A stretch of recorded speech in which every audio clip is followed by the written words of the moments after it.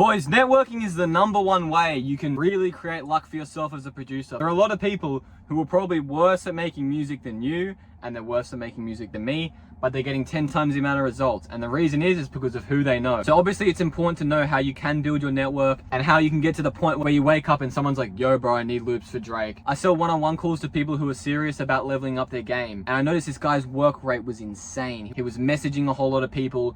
He was sending these loops out. And I kept asking him questions and he kept saying, yeah, I'm doing this, I'm doing this. And I'm like, okay, why the fuck isn't this guy like conquering the entire game right now? And it turns out the message that he was sending, the outreach message, was just like completely wrong. And that's what was hurting him. So I was like, bro, don't do this instead. I've already seen him creating luck for himself and start to get these songs in. Networking and DMing is always going to be a value exchange. Nobody's going to work with you if you're not bringing something to the table as well. There's always some sort of value you can provide. The first thing that comes to mind is you can just pay for a collab, right? Like the value you're bringing is literal money. Maybe you have skills in some sort of other area. You know how to build a website or you know how to do graphic designing. Yo bro, I'll do this for free. In return, can I send you some samples and we work on some beats? Maybe you're messaging someone and you guys are at the same point of your career. So it's like, hey bro, I have an opportunity with this person. He has an opportunity with this person.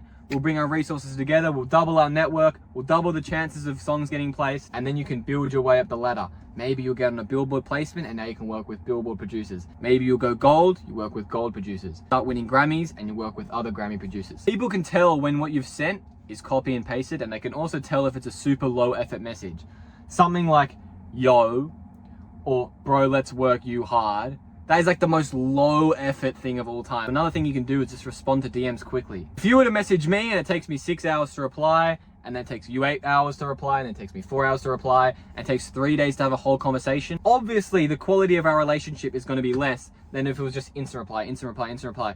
Conversation done. We're making moves quicker. We're making money together quicker. We're coming up with ideas quicker. You just see how it speeds things up when you respond to things quickly. A good tip is to start with a genuine compliment. And when I say genuine, I mean a genuine compliment, not you hard, bro. I guarantee you're gonna 5x, 10x the amount of responses you're getting if you just put in this extra effort. One of my producer friends, Max, I'll put his Instagram here. The first message he sent me was, yo bro, I just watched your recent YouTube video. That really helped, that's so true. We should work on some stuff. I still remember that message because I really appreciate it, because it was the first time I made a sort of different video where I'm talking to the camera. And I was glad. I was like, okay, this guy's getting something out of the content. That's the whole point. And now we talk quite frequently. We've worked on a few samples together.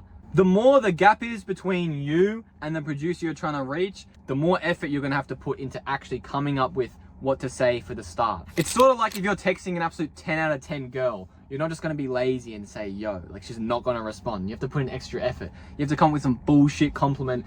Maybe you pay more attention to the outfit they're wearing. Maybe you pay more attention to some bullshit that you pretend you care about. This is the exact point that I'm trying to make for producing as well. Sending outreach messages to producers is actually very similar to sending outreach messages to girls, really. So you can apply these same concepts. It's just like if you're an absolute G and like this girl here is like butters, obviously you don't have to put in that much effort and she'll probably still respond. It's the exact same idea. Another good thing you can do is just think about, what message would I want to receive?